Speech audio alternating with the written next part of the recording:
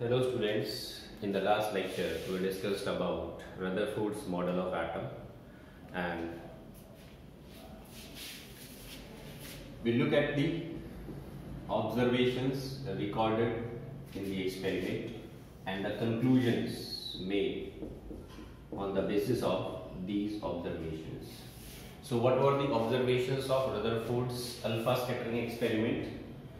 Most of the alpha particle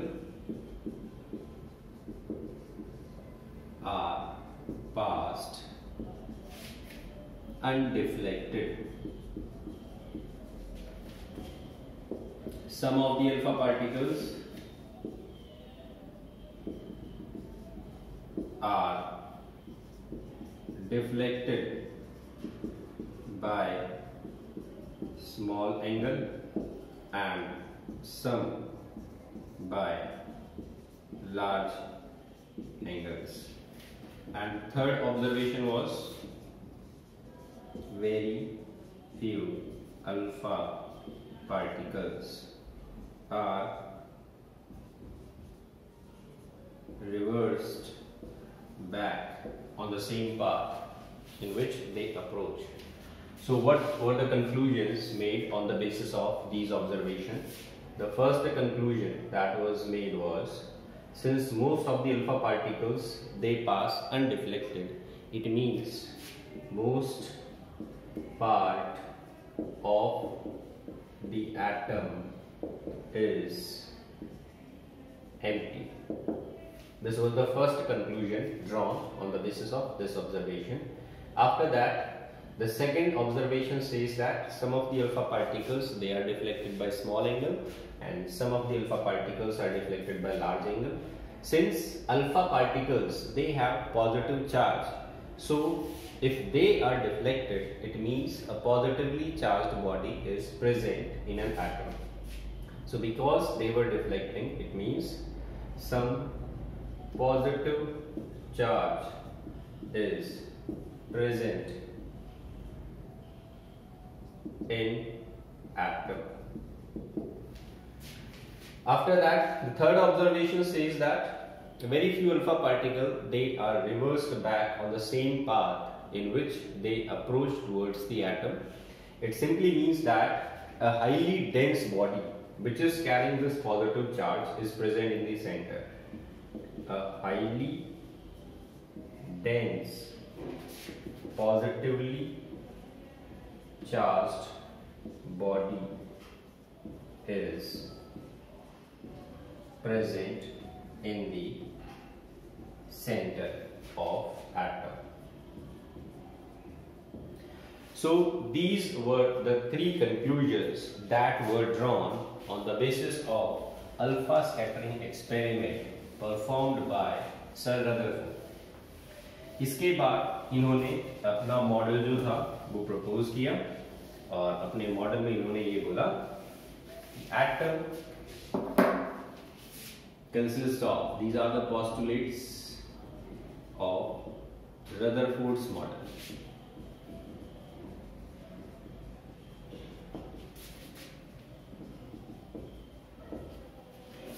First postulate is atom consists of a positively charged, highly dense body in the center called nucleus. This was the first point. After that, the second point, it comes about the electrons revolve around the nucleus in circular orbit, or we can say circular path called orbit. A circular path called orbit. So this was the name given to the circular path on which electron revolves around the nucleus. Third postulate, since the atom is neutral, hence the number of electron is equal to the number of protons.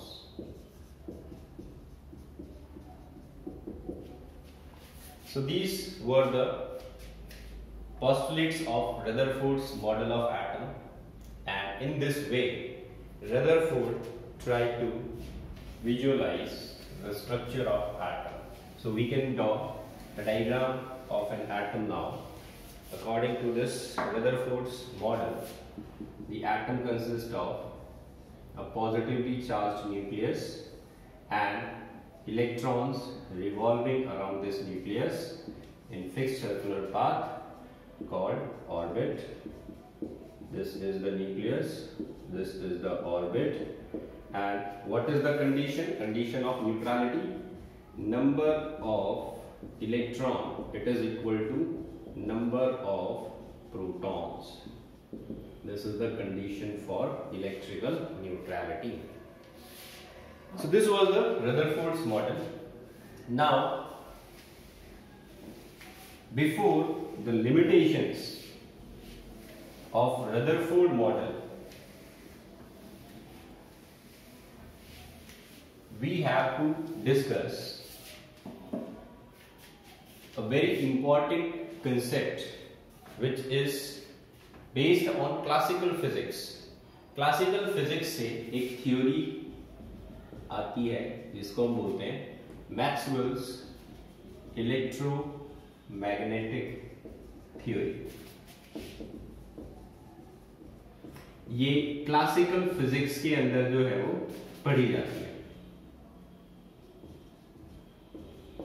तो जब ये model दिया गया था उस time पर classical physics काफी important role play कर रही थी साइंस के फील्ड में।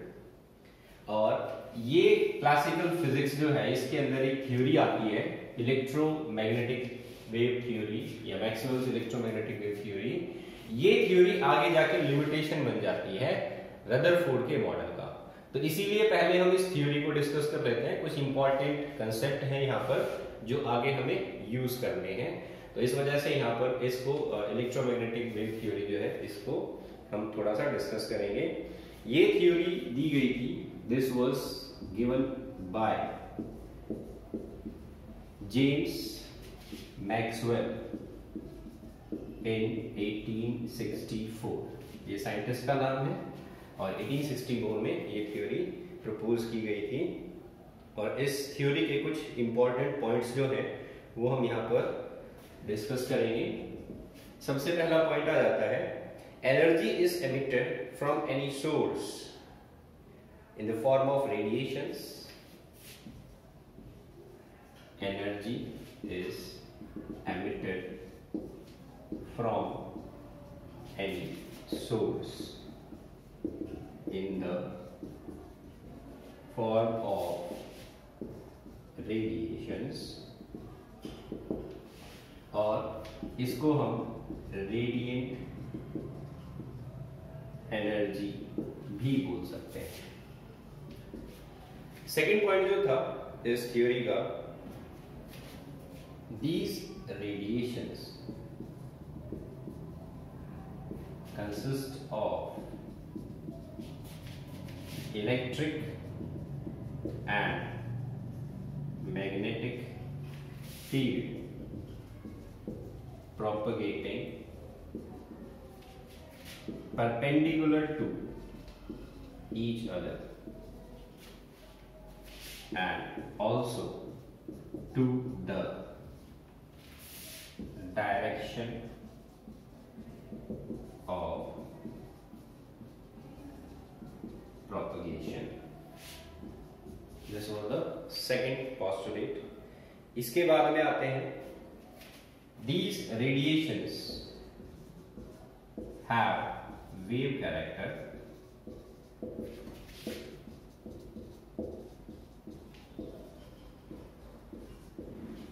and they travel with speed of light. Speed of light क्या होती है बच्चों? 3 × 10⁸ metre per second in vacuum. तो इन रेडिएशंस की जो स्पीड रहेगी वो लाइट की स्पीड के बराबर होगी। इसके बाद एक पॉइंट और है, fourth postulate, these radiations do not require any medium for propagation। तो ये चार पोस्टुलेट जो थे इलेक्ट्रोमैग्नेटिक वेव थ्योरी के, ये हमें जो है वो याद रखने हैं। तो पहला पोस्टुलेट जो है इसमें क्या बोला गया? Energy is emitted from any source in the form of radiation. इसका हम एग्जांपल लेते हैं, जो बल्ब होता है जो हम यूज करते हैं डेली लाइफ में, जब करंट पास होता है बल्ब के थ्रू तो इसका फिलामेंट गर्म होता है और गर्म होने के बाद इस फिलामेंट से क्या निकलती है? Light radiation. तो लाइट रेडिएशन जो है उसी की बात हो रही है यहाँ पर, कि जब आप किसी भी सोर्स को किसी भी तरीके से, चाहे वो इलेक्ट्रिसिटी का यूज करके हो या उसको गर्म करके, आप उसको इतना गर्म कर देते हो कि उसमें से रेडिएशंस निकलने लग जाती हैं। तो ये रेडिएशंस अपने साथ क्या कैरी करती हैं? एनर्जी। तो आपने देखा होगा बल्ब जो है वो कुछ देर तक अगर ऑन रखा जाए तो ये गर्म हो जाता है। तो क्यों गर्म हो जाता है? क्योंकि इसके अंदर से जो लाइट रेडिएशंस निकल रही हैं वो अपने साथ एनर्जी कैरी करती हैं, इस वजह से ये गर्म हो जाता है। तो एनर्जी आती है रेडिएशंस के साथ। अब देखो, बल्ब से जो लाइट रेडिएशंस निकल रही हैं इनके अंदर दो चीजें होती हैं। क्या क्या? एक तो इलेक्ट्रिक फील्ड होता है। तो मान लो जैसे कि ये बल्ब था और इस बल्ब से ये लाइट रेडिएशंस जो है वो निकली। अब इस लाइट रेडिएशन में एक तो इलेक्ट्रिक फील्ड होगा, ये इलेक्ट्रिक फील्ड, ये जो एरो लगाई है ये डायरेक्शन ऑफ प्रोपगेशन है। डायरेक्शन ऑफ प्रोपगेशन मतलब ये वो डायरेक्शन है जिसमें लाइट रेडिएशंस मूव कर रही है, direction of propagation of light. तो ये इलेक्ट्रिक फील्ड इस डायरेक्शन की क्या है? परपेंडिकुलर है। ये इलेक्ट्रिक फील्ड की डायरेक्शन हो गई। अब जो मैग्नेटिक फील्ड आएगा वो क्या रहेगा? इस इलेक्ट्रिक फील्ड के परपेंडिकुलर। तो मैग्नेटिक फील्ड को मैं बना रहा हूं इस तरीके से। ये मैग्नेटिक फील्ड जो है उसकी ओरिएंटेशन है। इलेक्ट्रिक फील्ड डायरेक्शन के परपेंडिकुलर है और मैग्नेटिक फील्ड ये भी डायरेक्शन के परपेंडिकुलर है, और साथ साथ इलेक्ट्रिक फील्ड और मैग्नेटिक फील्ड जो है वो एक दूसरे के परपेंडिकुलर भी है। ये लिखा हुआ है इस पॉइंट पे कि ये जो रेडिएशंस प्रोड्यूस हुई, जो बल्ब से निकल रही हैं, जो लाइट रेडिएशंस जिसकी वजह से हम देख पाते हैं, इन रेडिएशंस में एक इलेक्ट्रिक फील्ड होता है और एक मैग्नेटिक फील्ड होता है। ये दोनों एक दूसरे के भी परपेंडिकुलर होते हैं और साथ साथ ये दोनों इस डायरेक्शन के भी परपेंडिकुलर होते हैं जिसमें ये लाइट रेडिएशंस ट्रैवल करती हैं। तो ये हो गया हमारा सेकंड पॉइंट। अब आते हैं हम थर्ड पॉइंट पे।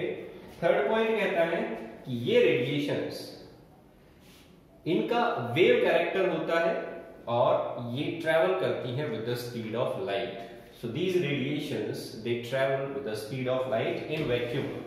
और लाइट की स्पीड कितनी होती है? 3 × 10⁸ मीटर पर सेकेंड। तो ये हो गया third point about the speed with which these radiations will move in vacuum. और फोर्थ पॉइंट हमने पढ़ा, इन रेडिएशंस को ट्रैवल करने के लिए किसी मीडियम की आवश्यकता या फिर कह लो रिक्वायरमेंट नहीं रहती। They can travel without medium also. तो इसका मतलब क्या हुआ? इसका एग्जाम्पल है, देखो बच्चों, सन और अर्थ। हमारे बीच में जो है, जो स्पेस है, इसके अंदर कोई मीडियम नहीं है, यहां पर कोई एटमॉस्फेयर नहीं है। लेकिन सन से जो लाइट है वो हम तक पहुंच जाती है। इसका मतलब क्या हुआ कि सन से लाइट हम तक ट्रैवल कर रही है विदाउट मीडियम। तो ये प्रूफ है इस पॉइंट का कि इलेक्ट्रोमैग्नेटिक रेडिएशंस को हम तक पहुंचने के लिए किसी मीडियम की रिक्वायरमेंट नहीं होती। तो light radiations they are electromagnetic radiations and they do not require any medium to propagate. लेकिन अगर ये बात हम साउंड पे अप्लाई करें तो क्या ऐसा पॉसिबल है? क्या सन से अगर कोई साउंड क्रिएट की जाए या फिर सपोज मून से कोई साउंड क्रिएट की जाए तो क्या वो अर्थ पे आ जाएगी? तो वो नहीं आ पाएगी। क्यों? क्योंकि साउंड को मीडियम की रिक्वायरमेंट रहती है। Sound requires medium. तो इलेक्ट्रोमैग्नेटिक वेव थ्योरी के ये 4 इंपॉर्टेंट पोस्टुलेट थे जो हमें याद रखने हैं। आगे ये पोस्टुलेट जो है वो यूज होंगे और इसी से हमें पता चलेगा किस तरीके से रदरफोर्ड का मॉडल जो था वो उसकी लिमिटेशन या वो फेल हो गया। अब देखो रेडिएशंस के बारे में और हम थोड़ा सा डिटेल में पढ़ लेते हैं। यहां पर देखो बच्चों, अभी हमने जो थर्ड पोस्टुलेट लिखा था उसमें हमने ये मेंशन किया था कि electromagnetic radiations are wave and they travel through the vacuum with the speed of light. तो इलेक्ट्रोमैग्नेटिक रेडिएशन को हमने वेव बोला। Now what is a wave? तो वेव आपने पढ़ा होगा छोटी क्लासेस में। Wave is one consecutive crest और trough is called a wave. तो ये एक डायग्राम है जिसके अंदर वेव को रिप्रेजेंट करता है। ये अपर वाला पार्ट जो है इसको क्रेस्ट बोलते हैं, नीचे वाला जो पार्ट है यहां से लेकर और यहां तक का इसको ट्रफ बोलते हैं। एक क्रेस्ट और एक ट्रफ ये दोनों मिलके क्या बनाते हैं? एक वेव बनाते हैं। This is called a wave. अब इस वेव के अंदर कुछ कैरेक्टरिस्टिक्स हैं, इसकी प्रॉपर्टीज हैं, वो प्रॉपर्टी हम देख लेते हैं। सबसे पहले आती है वेवलेंथ। वेवलेंथ किसको बोला जाता है? इसको आप 2 पार्ट्स में ब्रेक कर सकते हो, वेव और लेंथ। वेव आपको समझ में आ गया, क्रेस्ट और ट्रफ इन दोनों को कंबाइन करके एक वेव बोला जाता है। तो वेव की लेंथ कितनी है, मतलब ये डिस्टेंस कितना है यहां से यहां तक का, दैट इज कॉल्ड वेवलेंथ। इसको रिप्रेजेंट किया जाता है लैम्डा से। तो हम यहाँ पर डेफिनेशन क्या लिखते हैं कि मान लो मेरे पास एक वेव है इस तरीके से, तो ये क्रेस्ट आया, ये ट्रफ हो गया और दोबारा से यहां पर क्या हुआ? सेकंड क्रेस्ट स्टार्ट हो गया। तो डेफिनेशन में बोला जाता है एक क्रेस्ट से दूसरे क्रेस्ट तक का डिस्टेंस जो है उसको बोलेंगे हम वेवलेंथ। तो इसकी डेफिनेशन हो जाती है it is the distance between 2 consecutive crest or trough is called wavelength और इसको रिप्रेजेंट किया जाता है लैम्डा से। तो यहां से यहां तक का जो डिस्टेंस है इसको हम बोलेंगे lambda. This is the wavelength. Wavelength की यूनिट की अगर बात की जाए तो वेवलेंथ एक डिस्टेंस है और डिस्टेंस की एसआई यूनिट हमने मीटर ली थी। लेकिन हम जिन रेडिएशंस को यहां पर स्टडी करने वाले हैं उनकी वेवलेंथ मीटर में हो सकती है या फिर सेंटीमीटर में हो सकती है या फिर नैनोमीटर में हो सकती है या फिर एंगस्ट्रॉम में हो सकती है। तो यूनिट ज्यादातर जो आपको देखने को मिलती है that is either in nanometer और in angstrom or it may be in micrometer or it can be centimeter or it can be meter। तो यूनिट की अगर हम बात करें वेवलेंथ की unit, it is same as the unit of distance. The unit is same as distance. अलग अलग radiations की अलग अलग वेवलेंथ होती है। तो जनरली हम नैनोमीटर या एंगस्ट्रॉम इसमें बात करते हैं। ये हो गया वेवलेंथ के बारे में। आपको फर्स्ट चैप्टर जब करवाया था तब आपको मैंने सब्सिडरी यूनिट्स करवाई थी। 1 नैनोमीटर कितने के बराबर होता है? 10⁻⁹ मीटर। 1 एंगस्ट्रॉम कितने के बराबर होता है? 10⁻⁻10 मीटर। मान लो अगर तुम्हें वेवलेंथ दी जाती है माइक्रोमीटर में, तो 1 माइक्रोमीटर कितने के बराबर होता है? 10⁻⁻6 मीटर। तो आप ये यूनिट्स जो है वो ऑलरेडी फर्स्ट चैप्टर में पढ़ चुके हैं। अगर आपको वेवलेंथ इसमें से किसी भी यूनिट में अगर दी जाए आप उसको इजीली एसआई यूनिट में कन्वर्ट कर सकते हैं। ये हो गया वेवलेंथ। इसके बाद में आते हैं हम second characteristic. Second characteristic is amplitude. What is the amplitude of wave?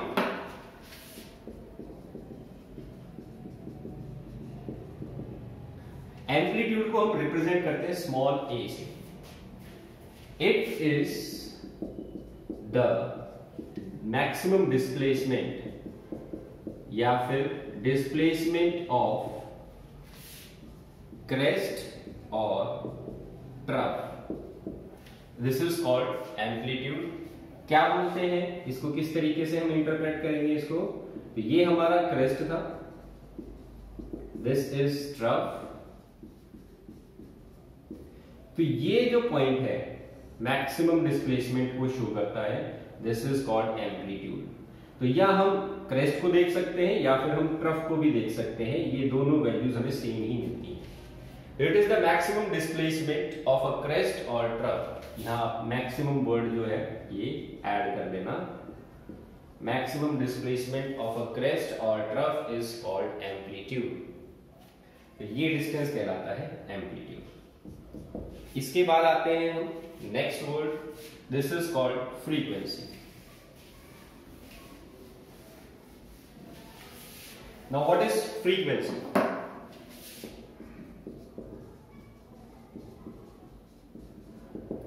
Frequency को रिप्रेजेंट किया जाता है म्यू से। वी को हम थोड़ा सा कर्व बनाते हैं, इसको बोला जाएगा सिंबल म्यू। और फ्रीक्वेंसी की डेफिनेशन हो जाती है, it is defined as the number of waves passing through a point in 1 second is called its frequency।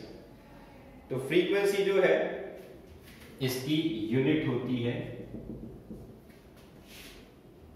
Second inverse, और सेकंड इनवर्स को हम 1/सेकंड भी लिख सकते हैं और इसको हम हर्ट्ज भी लिख सकते हैं। तो hertz is the unit, HERTZ। आपने पढ़ी होगी ये यूनिट फिजिक्स के अंदर। Hertz is the unit of frequency. अब इस डेफिनेशन का क्या मतलब हुआ यहाँ पर? मान लो मेरे पास ये एक पॉइंट है और इस पॉइंट के सामने से एक रेडिएशन जो है वो आ रही है।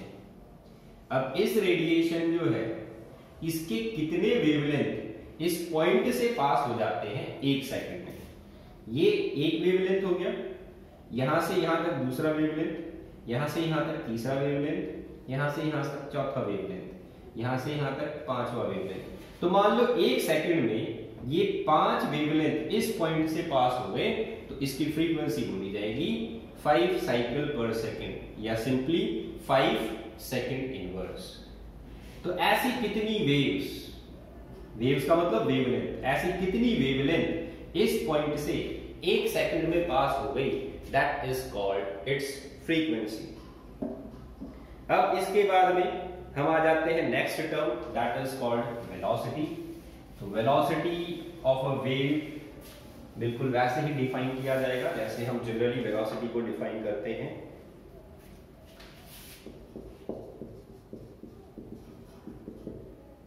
इसको रिप्रेजेंट किया जाता है, कई बुक्स में इसको V से रिप्रेजेंट करते हैं और कई बुक्स में इसको C से रिप्रेजेंट किया जाता है।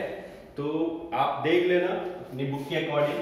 अगर आपके पास ऐसी बुक है जिसके अंदर C यूज कर रखा है तो C का मतलब होता है वेलोसिटी ऑफ रेडिएशन, और कई बुक्स जो है वो इसको V से भी रिप्रेजेंट कर लेती हैं। डेफिनेशन आ जाएगी, it is defined as the distance traveled by wave in 1 second। तो ये वेलोसिटी की डेफिनेशन हो गई। इसकी आपको यूनिट जो है वो पता ही होगी, unit is metre per second. तो ये हो गया वेलोसिटी। अब इसके बाद में एक टर्म हमारे पास आता है, नेक्स्ट इज वेव नंबर। काफी इंपॉर्टेंट टर्म है बच्चों, इस चैप्टर में बहुत काम आने वाला है। इसका सिंबल होता है म्यू बार। फ्रीक्वेंसी का जो सिंबल हमने बनाया था उसके ऊपर बार लगा देते हैं हम, this is called mu bar, और इसकी डेफिनेशन हो जाती है, it is defined as number of waves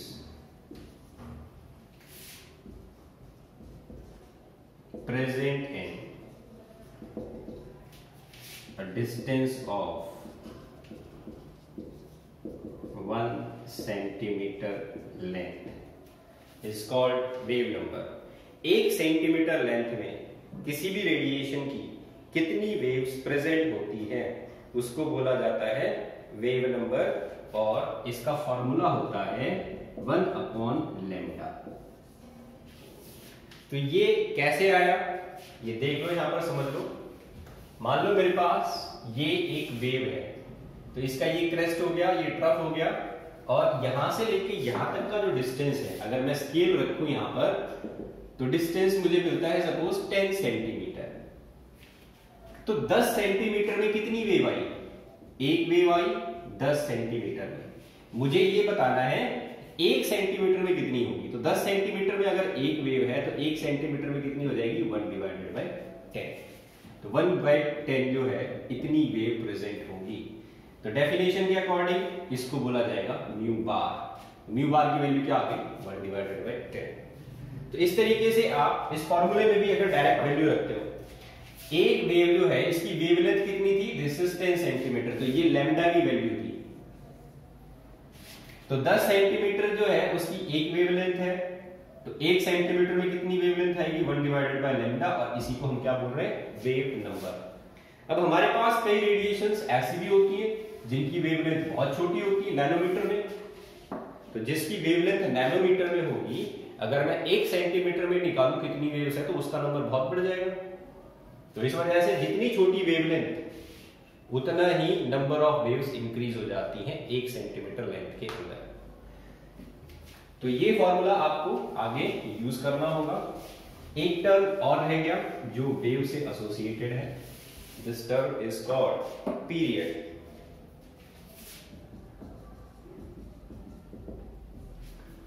period of a wave, तो इसकी डेफिनेशन हो जाती है, it is time taken for one wave to pass through a point. अच्छा, इसका सिंबल जो है वो है tau. It is the time taken by one wave to pass through a point is called period, और इसका फॉर्मूला होता है 1/v।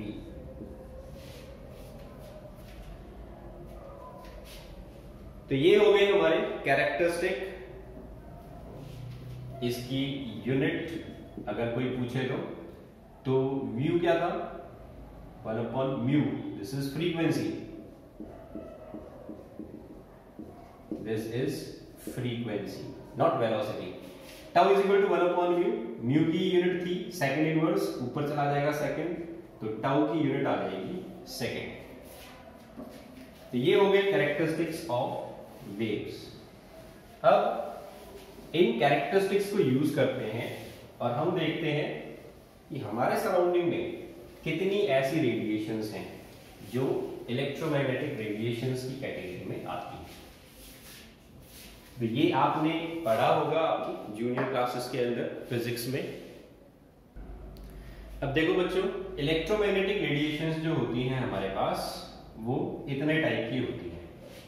सबसे पहले आती है radio wave, microwave, infrared, light radiations. इसको विजिबल लाइट भी बोला जाता है। हमें इन्हीं रेडिएशंस की वजह से दिखाई देता है। विजिबल लाइट वो लाइट रेडिएशंस हैं जिसकी वजह से हम देख पाते हैं। Ultraviolet, X-rays, gamma rays and cosmic rays. तो इनमें से सिर्फ ये ही रेडिएशंस ऐसी होती हैं जिसकी वजह से हम अपने सराउंडिंग में चीजों को देख पाते हैं। इसके अलावा आपको कोई भी रेडिएशन और दिखाई नहीं देगी। जब इन रेडिएशंस को इस ऑर्डर में अरेंज किया जाता है, तो ये जो रेडिएशंस है इसकी वेवलेंथ सबसे बड़ी होती है और इसकी वेवलेंथ सबसे छोटी होती है। तो वेवलेंथ हमने किसको बोला था, ये डिस्टेंस, तो ये डिस्टेंस सबसे बड़ा इस रेडिएशन का होगा और सबसे छोटा ये डिस्टेंस होगा इस रेडिएशन के लिए। तो ये रेडिएशंस जो है ये कॉस्मिक रेज इनका नाम है। तो ये हमारे जो स्पेस है, एटमॉस्फेयर से बाहर जो हमारा स्पेस है उसके अंदर प्रेजेंट होती है ये रेडिएशंस, और इनकी वेवलेंथ काफी छोटी होती है, जबकि इन रेडिएशंस की वेवलेंथ सबसे बड़ी होती है। इसी वजह से इनको यूज किया जाता है कम्युनिकेशन में और ब्रॉडकास्टिंग में। तो आप जो टेलीविजन देखते हो या फिर जो रेडियो एफएम वगैरह सुनते हो, उन सब के अंदर रेडियो वेव्स का यूज किया जाता है due to their longest wavelength, काफी लंबे डिस्टेंस तक ये ट्रैवल कर लेती हैं। और कॉस्मिक रेज जो हैं ये हमें आउटर स्पेस में मिलती हैं, इनकी सबसे छोटी वेवलेंथ होती है। अब देखो बच्चों, वेवलेंथ हमें यहां से यहां तक इंक्रीज होती हुई दिखाई दे रही है, तो अब फ्रीक्वेंसी जो है उसके ऊपर क्या इफेक्ट पड़ेगा। तो मैं यहां पर आपको एक रिलेशन बता रहा हूं, this relation is between wavelength and frequency. This is relation between wavelength and frequency and also speed of the radiation, wavelength, frequency and speed of the radiation। देखो डेफिनेशन में हमने क्या पढ़ा था, फ्रीक्वेंसी किसको बोला जाता है, number of waves passing through a point in 1 second, एक सेकंड में कितनी वेव्स पास हो गई इस पॉइंट से, और इसको बोला गया एक वेव। इसका जो डिस्टेंस है इस लेंथ को बोलते हैं हम वेवलेंथ। तो मान लो 100 वेव पास हो जाती हैं इस पॉइंट से एक सेकंड में, और इन 100 वेव को मैं अगर इनकी वेवलेंथ से मल्टीप्लाई कर दूं तो ये डिस्टेंस आ गया, जो डिस्टेंस ये वेव ट्रैवल कर रही है इस पॉइंट से पास होने के लिए एक सेकंड में। तो frequency multiplied by wavelength, it becomes the distance travelled by wave in 1 second.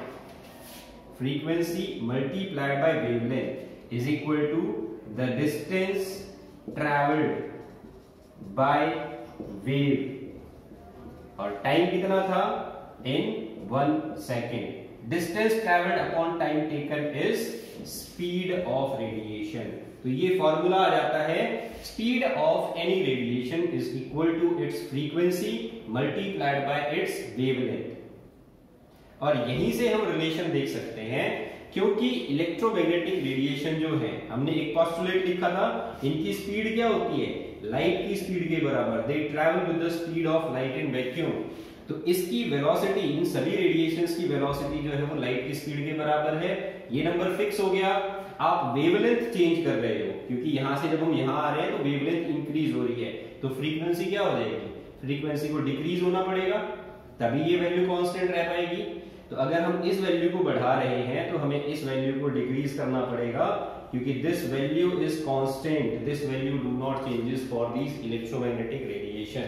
तो वेवलेंथ अगर कॉस्मिक रेज से रेडियो वेव्स की तरफ इंक्रीज होती है तो फ्रीक्वेंसी क्या हो जाएगी, डिक्रीज हो जाएगी इधर, और इस साइड में इंक्रीज हो जाएगी। तो ये रिलेशन हो गया कि फ्रीक्वेंसी वेवलेंथ के इनवर्सली प्रोपोर्शनल होती है। इस इक्वेशन को आप नोट कर लेना, काफी इंपॉर्टेंट इक्वेशन है।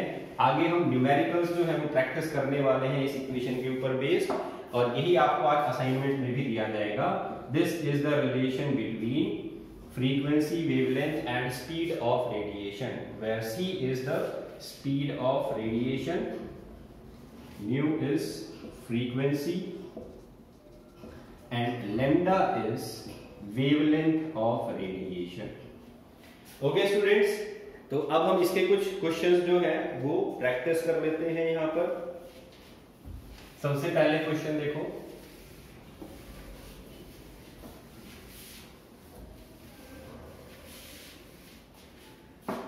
calculate the wave number and frequency of radiation having wavelength। हमें कैलकुलेट करना है फर्स्ट, पहले तो हमें वेव नंबर कैलकुलेट करना है, और सेकंड हमें फ्रीक्वेंसी कैलकुलेट करनी है, फ्रीक्वेंसी। किसकी फ्रीक्वेंसी कैलकुलेट करनी है? एक येलो रेडिएशन है, येलो रेडिएशन है जिसकी वेवलेंथ दी गई है 5800 एंगस्ट्रॉम। तो अब देखो, अभी आपको मैंने फॉर्मूला बताए थे और रिलेशन बताई थी। वेव नंबर, पहले हम वेव नंबर कैलकुलेट करते हैं।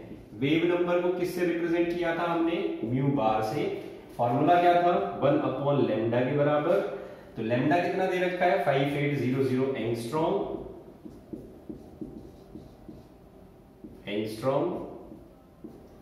तो ये आप सॉल्व कर लो, जो भी तुम्हारा आंसर आएगा ये एंगस्ट्रॉम इनवर्स। और अगर इसको तुम एसआई यूनिट में कन्वर्ट करना चाहते हो तो एसआई यूनिट में क्या करना पड़ेगा? इस एंगस्ट्रॉम को मल्टीप्लाई कर दो 10⁻⁻10 मीटर हो जाएगा ये।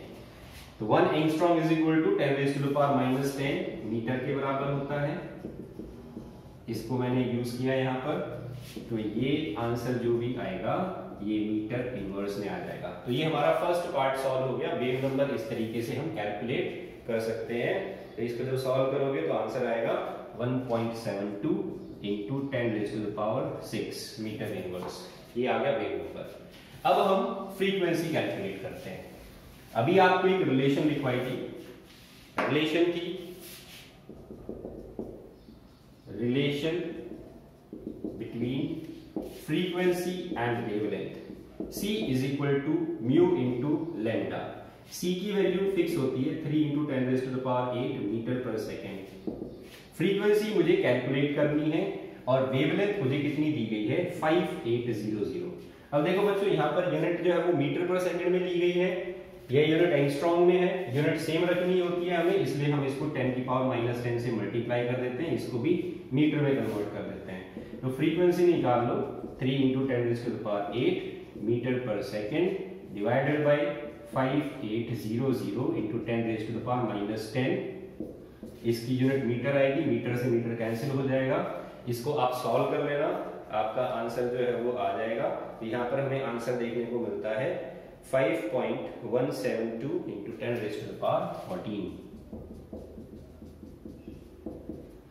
second inverse. This is the frequency of this radiation. तो इस तरीके से आपको जो है वो असाइनमेंट मिलेगा आज, जिसमें ऐसे क्वेश्चंस प्रैक्टिस करने होंगे।